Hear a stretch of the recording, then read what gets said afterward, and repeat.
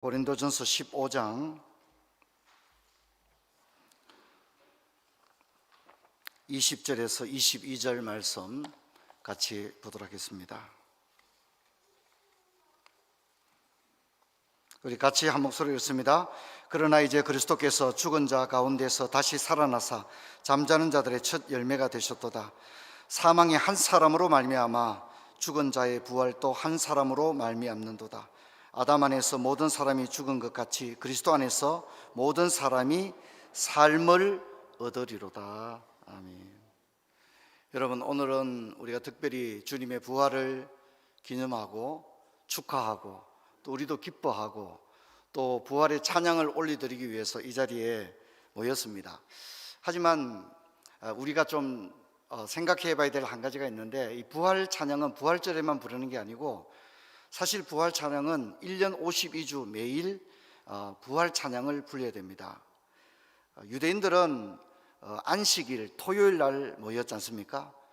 그런데 예수님 시대 이후에는 우리가 잘 아는 대로 주일날 모이게 됩니다. 왜 토요일 날 모이다가 주일날 모이게 되었죠? 그것은 바로 부활 때문입니다. 예수님이 안식 후 첫날, 그러니까 안식 후 첫날이니까 토요일 다음이 주일이겠죠, 그죠? 안식 후 첫날 부활하셨습니다. 주님이 부활하신 날 이제 모이게 된 겁니다. 유대인들은 여전히 토요일에 모입니다. 왜냐하면 예수 그리스도를 부정하고 예수 그리스도의 십자가와 부활을 믿지 않기 때문에 그들은 지금도 토요일에 모이는 겁니다. 하지만 그리스도인들은 더 이상 토요일에 모이지 않습니다. 예수님이 부활하신 안식 후 첫날 주일날 모이게 되어지는데, 그래서 우리는 그날을 주님의 날이라고 부르는 것입니다. 주님의 날, 부활하신 날 그리스도인들이 모여서 예배를 드리고 성찬의 떡을 떼게 되었습니다. 그러므로 1년 52주가 매주일이 바로 부활을 찬양하는 날이다, 예배하는 날이다 하는 것을 여러분이 잘 기억해야 됩니다. 지금은 이제 우리가 좀 간섭적으로 1년의 부활주일 이렇게 지키고 이날 부활절 칸타타고 이러니까 이날만 부활절인 게 아니라 1년 52주 모두가 부활의 주님을 찬양한다는 사실을 잊어서는 안 됩니다.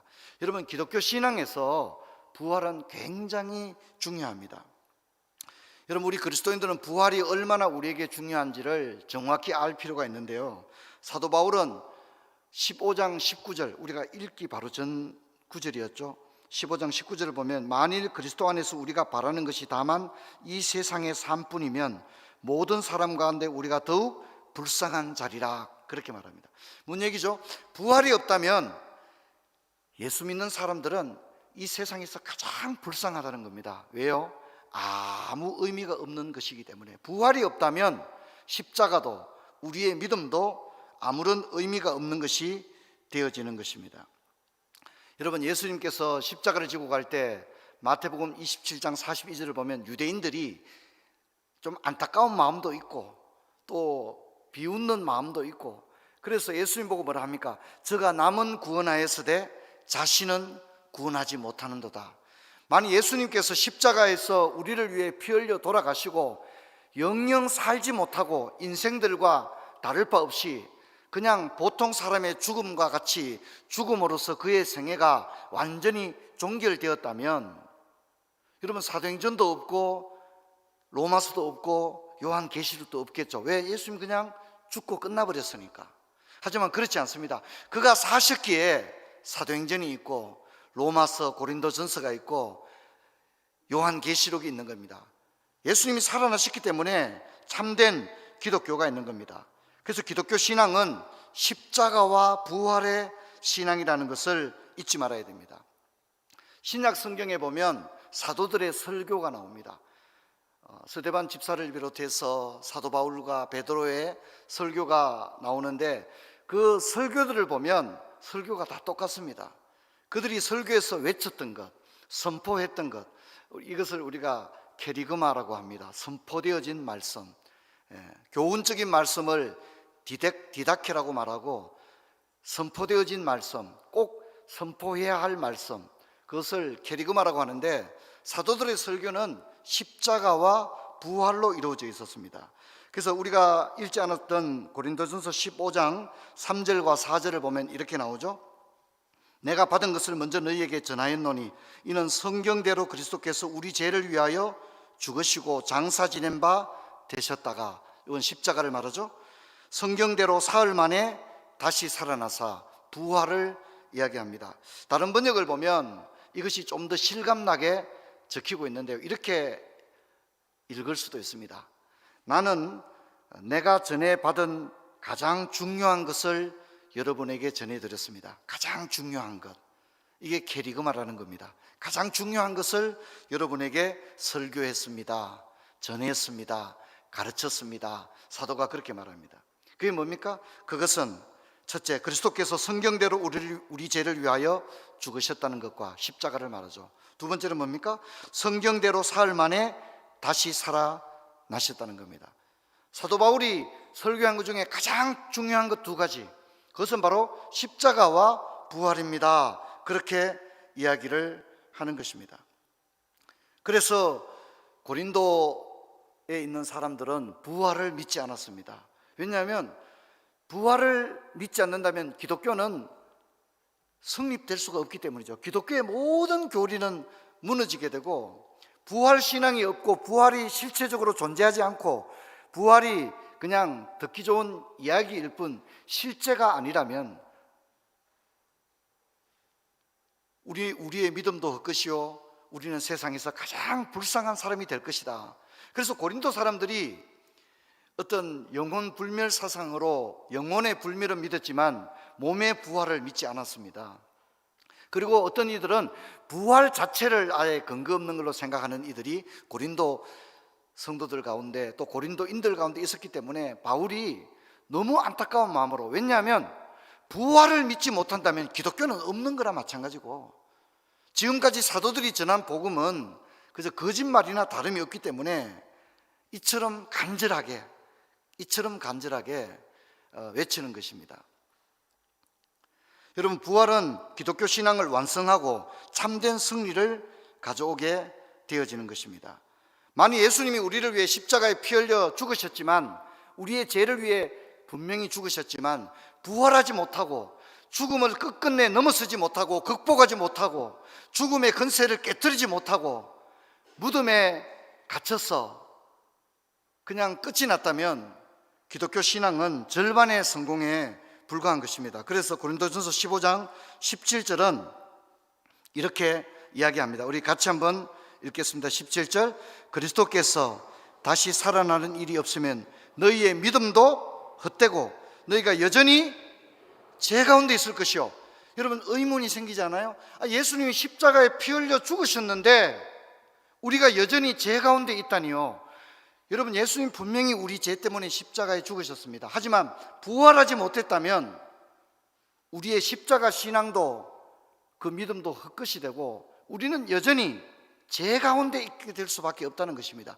주님이 십자가에 죽으신 것도 굉장히 중요하지만 주님이 3일 만에 부활하심으로써 그 십자가의 대속의 사역이 비로소 완성되어지고 유효하게 되어지고 또 참된 승리가 되었다는 것을 여러분이 잊지를 말아야 합니다. 그래서 사도 바울은 이 사실이 너무나도 격정에 차서 소리 높여 외치고 있는데요, 여러분 읽지 않았지만 15장 55절부터 57절까지 우리가 사도 바울의 어떤 그런 부활을 확신하는 마음을 담아서 우리도 같이 한번 호통치듯이 사망에게 꾸짖듯이, 사망아 이제 너는 끝이다, 더 이상 사망이 너가 우리를 괴롭힐 수는 없다, 이런 얘기죠. 55절 우리 같이 한번 읽어보겠습니다. 사망아 너의 승리가 어디 있느냐, 사망아 네가 쏘는 것이 어디 있느냐, 사망이 쏘는 것은 죄요 죄의 권능은 율법이라. 우리 주 예수 그리스도로 말미암아 우리에게 승리를 주시는 하나님께 감사하노니 아멘. 그렇게 이야기합니다. 사망아 너는 더 이상 우리를 공포로 몰아넣을 수 없다. 사망아 너는 사망의 권세로 우리를 더 이상 꼼짝달싹 못하게 할 수 없다. 우리에게 주님이 부활하심으로 우리에게 승리를 가져다 주었다. 확신에 찬 메시지. 그래서 이제 바울이 이런 메시지가 몇 군데 있죠. 로마서 8장에도 무엇도 하나님을 향한, 그리스도를 향한 우리의 사랑에서 끌어놓을 수 없다는 그런 바울의 격정에 찬 그런 고백이 있는가 하면 고린도전서 15장에 부활을 확신하면서 사망에 대하여 사망에게 사망 선고를 선언하는, 사망 너는 이제 끝이다, 우리는 더 이상 죽음을 두려워하지 않을 것이다. 왜냐하면 우리 주님께서 사망과 싸워 이겼기에 그리스도 안에 있는 우리들도 동일하게 이 부활의 영광을 얻게 될 것이다, 그렇게 외치는 겁니다. 여러분, 요한복음 15장에 예수님 뭐라 합니까? 나는 포도나무요 너희는 가지다. 가지가 포도나무에 붙어 있으면 어떻게 된다고요? 열매를 맺는 겁니다. 포도 열매를 맺는 겁니다. 포도나무이신 주님께 붙어 있으면 우리 가지에 포도가 맺히는 역사가 일어나는 것처럼 우리가 그리스도 안에 있을 때 주님이 부활하심으로 말미암아 우리도 또 동일하게 우리 주님과 같이 우리도 부활의 영광에 참여할 줄로 믿습니다. 그렇게 이야기하는, 우리가 우리 안에 무슨 능력이 있어서 우리가 부활하게 되는 게 아니라 우리가 단지 그리스도 안에 있기 때문에 그리스도의 부활이 우리 가운데 일어난다고 이야기합니다. 여러분, 사람들은 죽음 앞에서 무릎을 꿇습니다. 어떤 누구도 예외가 없습니다. 세상의 종교들도 죽음 앞에 무릎을 꿇습니다. 불교는 죽음을 수용하고 받아들이죠. 죽음을 극복하기보다는 죽음과 융화하고 조화를 하려고 합니다. 그래서 그들은 죽음을 윤회라고 하는 사상 속에서 풀어내죠. 사람은 죽을 수밖에 없다. 그리고 그것을 다시 태어나는 것으로 그들의 교리를 끌어가는 윤회 사상을 가져옵니다. 불교 사상은 결코 죽음과 싸워서 죽음과 이겼다, 죽음에서 승리했다, 그렇게 가르치지 않습니다. 그래서 불교인들은 죽고 나면 불확실성에 놓이게 되어지는 거죠. 다음에 어떻게 태어날지를 모른다는 거죠. 그래서 그들은 천도제를 지내고 또 공덕을 많이 쌓아야 다음에는 사람으로 태어날 수 있다, 또 그렇게 이야기하죠. 또 남자로 태어나야 윤회할 수 있다고 생각합니다. 여성으로 태어나는 것은 매우 그들에게 있어서는 좋지 못한 일이 되어지는 거죠. 유교도 마찬가지입니다. 유교도 죽음에 순응합니다. 죽음을 부정하지 않고 자연현상으로 받아들입니다. 이슬람과 힌두교도 마찬가지입니다. 하지만 기독교 신앙은 다릅니다. 기독교는 죽음에 맞습니다. 죽음과 싸움을 벌입니다. 죽음을 극복하고 죽음을 넘었습니다. 이 죽음과의 싸움을 우리 주님이 부활로서 마침내 진정한 승리를 가져온 것입니다. 그래서 오늘 우리 주님은 이 죽음과의 싸움의 첫 번째 승리자고 이 부활의 첫 열매가 되셨습니다. 그래서 오늘 우리가 읽었던 이 구절은 이것을 너무 정확하게 설명을 해주고 있습니다. 20절 우리 한 번 더 같이 읽겠습니다. 그러나 이제 그리스도께서 죽은 자 가운데서 다시 살아나사 잠자는 자들의 첫 열매가 되셨도다. 아멘. 그렇게 이야기합니다. 특별히 우리 주님은 몸의 부활을 보여주었습니다. 부활이라고 하는 것이 그냥 간념적인 게 아니라 부활의 리얼리티를 명확하게 보여주었습니다. 주님께서는 제자들과 40일 동안 있으면서 음식을 드시기도 하고, 그렇죠? 제자들에게 나타나서 그들이 연약한 믿음을 때로는 꾸짖기도 하고, 부활을 더디 믿는 것을 꾸짖기도 하고, 또 그들의 마음에 믿음을 부릴 듯 하게 해주시고, 또 그들이 하나님의 사명을 잘 감당할 수 있도록 격려하는 것을 볼 수가 있는 것입니다. 또한 우리가 21절, 22절은 복음을 명쾌하게 설명해 줍니다. 아담 안에 있는 자들은 사망을 가져오게 된다고 말합니다. 그렇죠. 아담은 선악과를 먹음으로써 죽음에 이르게 되었고, 아담 이후에 보통 생육법으로 태어나는 모든 사람은 죽음을 예외할 수 없게 됐죠. 한 번 죽는 것은 정하신 일이라고 하는 일이 우리 모두에게 적용되게 된 것입니다. 그래서 우리는 아담 안에서 죽을 수밖에 없는 존재가 된 거죠. 하지만 여러분, 우리는 아담 안에만 있는 것이 아니라 우리는 또한 그리스도 안에 있는 줄로 믿습니다. 그렇기 때문에 우리는 아담 안에서 죽음을 경험하지만 또한 그리스도 안에서 다시 부활을 소망하게 되는 줄로 믿습니다. 오늘 많은 사람들은 아담 안에 있기 때문에 죽어간다는 것은 우리와 동일하지만 오늘 많은 이들은 그리스도 안에 있지를 못하다는 것입니다. 그래서 그들은 영벌을 위한 부활에는 들어가지만 영생을 위한 부활에 들어가지 못한다는 것을 기억을 해야 됩니다. 여러분, 오늘 저는 여러분과 세 가지 정도를 여러분과 생각을 하려고 하는데요. 첫 번째는 우리가 부활의 능력으로 살아갔으면 좋겠습니다. 사도는 빌립보 3장 10절에서 내가 그리스도와 그의 부활의 능력과 그 고난의 참여함을 알고자 하여 그의 죽으심을 본받아 어떻게 해서든지 죽은 자 가운데서 부활에 이르려 하노라, 그렇게 말합니다. 사도는 이렇게 부활을 확신 있게 외쳤을 뿐 아니라 사도 그 자신이 하나님의 사명을 감당할 때 부활의 능력으로 하나님의 사명을 감당하기를 원하며 자신의 마지막에는 반드시 부활에 이르기를 원한다, 그렇게 이야기하는 것을 볼 수 있습니다. 여러분, 사도 바울은 여러 번 감옥에도 갇히고 또 참으로 힘든 환경을 맞닥뜨렸지만 사도는 조금도 굴하지 않습니다. 사도 바울의 힘이 어디서 나온 걸까요? 여러분, 사도 바울이 이 부활의 권능을 믿었기에 부활의 능력으로 나아갔던 것입니다. 여러분, 우리는 복음서에서 사도들의 연약함을 읽습니다. 제자들은 누가 높으냐, 이런 세속적인 목표를 가지고 있었죠. 3년 동안 주님을 따라다녔지만 세속적인 가치관이 그들에게서 다 제거된 건 아니었습니다. 또한 주님이 죽으시고 십자가에 못 박히는 장면에서 정작에 주님과 함께 해야 했던 제자들은 오히려 다 뿔뿔이 흩어지고 도망을 갔습니다. 주님이 부활하시고 주님이 부활의 모습을 보여주었을 때에도 제자들은 여전히 두려워서 문을 닫고 그렇게 했습니다. 제자들의 연약함, 미숙함.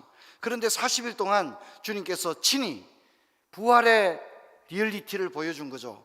주님이 그 부활하신 그 몸을 보여준 거죠. 진짜 못 믿겠다 하는 제자들에게는 손에 못자국을 보여주시고 옆구리에 창자국을 보여주시라도 그들이 이 부활의 믿음을 확신할 수 있도록 40일 동안 영적인 대각성을 제자들에게 허락했습니다. 여러분, 그 이후에 오순절 성령을 받고 제자들은 그들의 연약함, 미숙함, 두려워하는 감정들, 세속적인 그런 목표들, 이런 것들이 순식간에 제거되어지고 주님의 복음을 위해서 참으로 아름답게 쓰임받게 된 것입니다. 그러므로 여러분, 우리 교회도 제자훈련하지만 여러분, 우리는 이 부활의 능력을 덧입고 성령의 충만함과 함께 하나님의 사명을 감당하는 자리까지 이르게 되기를 주의 이름으로 축원합니다. 분명히 교회는 다니는데 주님이 십자가에서 피 흘려 죽으셨다는 건 아는데 우리가 부활의 확신을 가지지 못하면 우리는 여전히 연약함과 미숙함을 벗어날 수 없다는 것입니다. 그러므로 저는 여러분에게 도전하기 원합니다. 우리 모두가 부활의 능력으로 이 험한 세상을 승리하는 저와 여러분 되기를 주의 이름으로 축원합니다. 두 번째는 부활의 소망으로 살아가자고 말씀드리고 싶습니다. 우리는 늙고 병들고 죽습니다. 죽음이 두렵지 않은 사람이 누가 있겠습니까? 여러분, 우리 누구라도 병원에 갔는데 의사가 심각한 표정을 지으면서 이렇게 얘기하면 다 두렵습니다. 야, 이 올 것이 왔구나, 나에게 이런 일이 있었구나, 뭐 그렇게 되는 겁니다. 어떤 누구도 예외가 없고 우리가 그런 일이 일어난다고 해서 우리가 뭐 잘못 살아서 그런 게 아니라 그것이 인생인 것입니다. 누구나 다 이 늙어가는 것을 우리가 어떻게 부정합니까? 우리가 병들고 육신이 약해지고 몸의 기능들이 저하되어져 가는 것을 우리가 어떻게 부정합니까?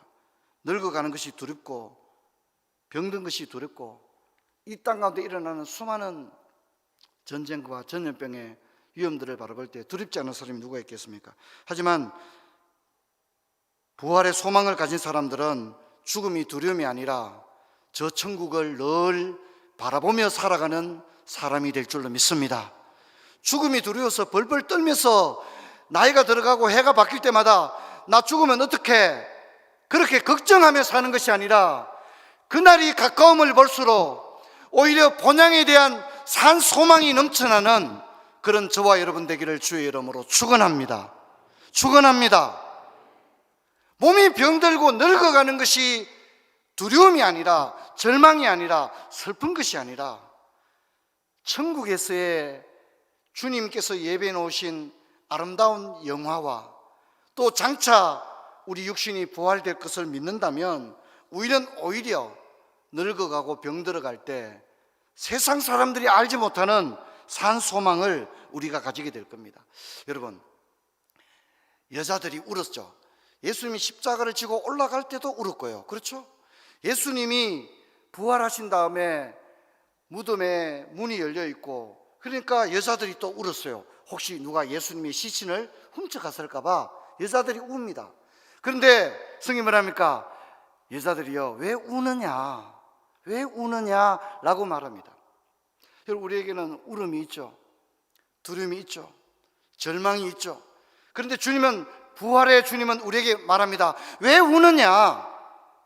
왜 우느냐? 예수는 여기 계시지 않고 살아나셨느니라. 오늘 우리는 죽음을 맞닥뜨리고 우리 자신도 또한 이 죽음에서 예외가 안 될 때 두려워합니다. 웁니다. 병들 때 울고 죽을 때 웁니다. 하지만 오히려 기독교 신앙은 우는 것이 아니라 소망을 바라볼 수 있는 것입니다. 여러분, 예수님께서 부활하신 다음에 제자들에게 나타나서 뭐라고 말합니까? 샬롬이라고 했지 않습니까? 평안하냐? 평안하냐? 그렇습니다. 여러분, 우리는 평안이 없지만 부활의 소망을 가지게 된다면 우리는 울지 않게 되고 절망하지 않게 되고 부활의 소망 가운데 든든히 서게 될 줄로 믿습니다. 그래서 우리 같이 한번 읽어보도록 하겠습니다. 우리가 예전에 제자반 암송 구절로 암송도 했죠. 고린도전서 15장 58절 우리 같이 한번 읽겠습니다. 그러므로 내 사는 형제들아, 견실하며 흔들리지 말고 항상 주 일에 더욱 힘쓰는 자리들아, 이는 너희 수고가 주 안에서 헛되지 않은 줄을 알미니라. 그래서 부활의 능력과 부활의 소망을 가진 자는 두려워하는 것이 아니라 오히려 산 소망 중에 나가게 되어지는 것입니다. 마지막 세 번째는 부활의 정인으로 살아가자고 말씀하고 싶습니다. 이렇게 우리는 부활의 능력과 소망을 가진 사람에게는 사명이 있다는 것을 잊지 말아야 됩니다. 누가복음 24장 48절은 너희는 이 모든 일의 정인이다, 그렇게 말했습니다. 예수님의 부활을 목격했던 모든 사람들에게 너희들은 이 부활의 복음을 전해야 한다, 너희들은 정인이다, 그렇게 얘기했습니다. 부활의 신앙을 가진 사람이라면 오늘 죽음 앞에, 질병 앞에 두려워하는 모든 사람들에게 이 부활의 주님을 증거해야 할 것입니다. 사랑하는 성도 여러분, 이 세상에서 가장 시급하고 가장 우선되어야 될 일이 바로 전도입니다. 복음을 듣지 못한 사람들, 예수님을 알지 못하는 사람들, 지금도 얼마나 많은 사람들이 막연하게 살아갑니까? 그렇지 않습니까? 교회 다니는 분들 중에도 부활 신앙이 없어서 교회는 다니는데 죽음이 다가오고 질병이 다가오면 확신을 가지기보다는 두려워합니다. 그래서는 안 되겠지 않습니까? 여러분, 우리는 이 부활의 복음을 전해야 합니다. 이 일에 우리가 책임이 있는 사람들입니다. 가정에서는 먼저 믿은 사람은 먼저 믿은 자의 사명이 있습니다. 자기만 믿고 믿지 않는 가족들을 전도하지 않는 것은 안 됩니다. 아유, 목사님 말도 마세요. 우리 식구들을 잘 몰라서 하는 소리입니다. 물론 그렇죠. 가족 전도가 어렵다는 건 우리가 다 알고 있지 않습니까? 하지만 그렇다고 해서 책임이 회피되는 건 아닙니다. 여러분, 가족을 위해서 가장 애타게 기도하고 복음을 전할 수 있는 사람은 가족입니다. 한두 번 교회를 안 오고 기독교에 대한 좋지 못한 선입견을 가지고 있다 해서 포기하는 사람이 되지 마시고, 여러분, 성령님께서 강팍한 가족들의 마음의 문을 열어주셔서 주님에게로 돌아올 수 있도록 늘 그 이름을 부르며 기도하는 저와 여러분 되기를 주의 이름으로 축원합니다. 축원합니다. 한 영혼을 살리기 위해서 뭘 못하겠습니까? 천국 지옥도 알지 못하고 막연한 인생을 살아가는 우리 가족들에게 이 부활의 복음을 전해야 되지 않겠습니까? 여러분, 우리는 기도하며 성령님의 은혜를 구하며 저들을 복음으로 이끌어야 됩니다. 포기하지 말아야 됩니다. 여러분, 포기하지 말기를 주의 이름으로 축원합니다. 축원합니다. 꼭 그렇게 하시길 바랍니다. 성도님들, 이제 보면 부모님을 집으로 오셨을 때 종종 저를 초청해요. 목사님, 우리 아버님 이번 주에 올라옵니다. 주말에 올라옵니다. 목사님, 우리 집에 오셔서 우리 아버님하고 커피도 좀 마시고 이야기 좀 나눠주세요. 저보고 왜 오라 하겠습니까? 복음 전해달라는 얘기겠죠. 저는 그 얘기 들을 때 너무 기쁩니다. 목사가 저희가 뭐 보험 파는 사람도 아니고 무슨 물건 파는 사람도 아니고 제가 하는 일은 복음을 전하는 겁니다. 할렐루야. 그게 제 할 일입니다. 그런데 가족이 복음 전하기 힘드니까 목사님 좀 와서 해주세요. 너무 기쁩니다. 당연히 가야죠. 기도로 준비하고 가서 복음을 전합니다. 얼마 전에도 부모님이 이제 병원에서 포기한 상태가 되었습니다. 저를 초대하는 거예요. 제가 가보니까 이제 몸이 너무 안 좋아요. 그래도 대화를 할 수 있는 거예요. 제가 앉아서 이야기를 나누었습니다. 고향이 어디인 것부터 시작해서 이야기를 나누었습니다. 그리고 복음을 전했는데 너무너무 놀랍게도 이 복음을 기꺼이 받아들이고 찬송도 같이 부르고 할렐루야, 할렐루야.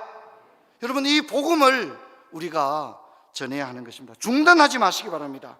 계속해서 복음을 듣게 됩니다. 왜냐하면 믿음은 들을 때 생기기 때문입니다. 한 5년 지나면 저절로 생기는 게 아니라 듣지 않으면 생기지 않습니다. 들어야만 합니다. 복음을 듣는 자리로 초청해야 됩니다. 할렐루야. 반드시 초청하시길 바랍니다. 어떻게 해서든지 복음을 듣는 자리로 초청하길 바랍니다. 우리 교회에서 코로나 때문에 지금 3년 동안 못했지만 동네 어르신들 모시고 이게 식사 대접을 했었습니다. 그런데 다 대부분은 맛있게 드시고 선물 받아서 그냥 가세요. 그런데 어떤 할아버지 한 분이 선물 받았는데 안 가시는 거예요. 아유, 할아버지 뭐 필요한 게 있으세요? 그러는데 그 할아버지가 이렇게 얘기하는 거예요. 왜 나를 전도를 안 해주는지 모르겠다고 그렇게 하는 거예요. 자기는 예전부터 교회를 오고 싶었는데 내 발로 올 수도 없고 이제 교회를 어떻게 오는지를 모르시는 거예요. 그 누군가를 막 추천해줘야 오는 것으로 생각하신 것 같아요. 아무도 나를 전도 안 해주니까 나는 교회를 이렇게 오고 싶은데 왜 아무도 나를 전도 안 해준지 모르겠다고. 그 집사님 네 분이 우리 교회 오셔서 세례 받으시고 지금도 건강하게 믿음 생활을 하고 있습니다. 여러분, 우리가 나가서 전하게 되기를 축원합니다. 축원합니다. 이 귀한 진리를 알고도 전하지 않는 것은 가장 이기적인 행위입니다. 교회로, 예배 현장으로, 교회로 오게 된다면 목사님을 초청하시고, 우리 교회는 훈련된 평신도 지도자들이 많습니다. 우리 순장님들도 가서 다 복음을 전할 수 있는 분들입니다. 순장님 초청하셔도 되고 권사님을 초청하셔서 영적인 대화를 나누는 일은 결코 어려운 일이 아닙니다. 부모님을 전도하시기 바랍니다. 배우자를 전도하십시오. 자녀들을 전도하십시오. 이웃과 친척과 친구들을 전도해서 주님께서 이 일에 우리를 정인이라고 분명히 세웠기에 이 사명 감당하는 저와 여러분 되기를 주의 이름으로 축원합니다. 부활의 능력으로, 부활의 소망으로, 부활의 정인으로 살아가는 저와 여러분 되기를 주의 이름으로 축원합니다. 기도하겠습니다. 아버지 하나님, 은혜와 사랑을 감사를 드립니다. 오늘 부활주일에 저희들이 참으로 부활신앙이 기독교 신앙에서 얼마나 중요한 위치를 차지하는지를 살펴보았고, 또 우리가 부활을 그저 아는 성경 지식에서 끝나는 게 아니라 부활의 능력으로, 부활의 소망으로, 부활의 정인으로 살고자 말씀을 살펴봤습니다. 특별히 아직도 이 주님을 알지 못하는 많은 이들에게 우리가 복음 전하는 일에 우리가 최선을 다할 수 있는 저희들 되게 하여 주옵소서. 주 예수 그리스도 이름으로 기도하옵나이다. 아멘.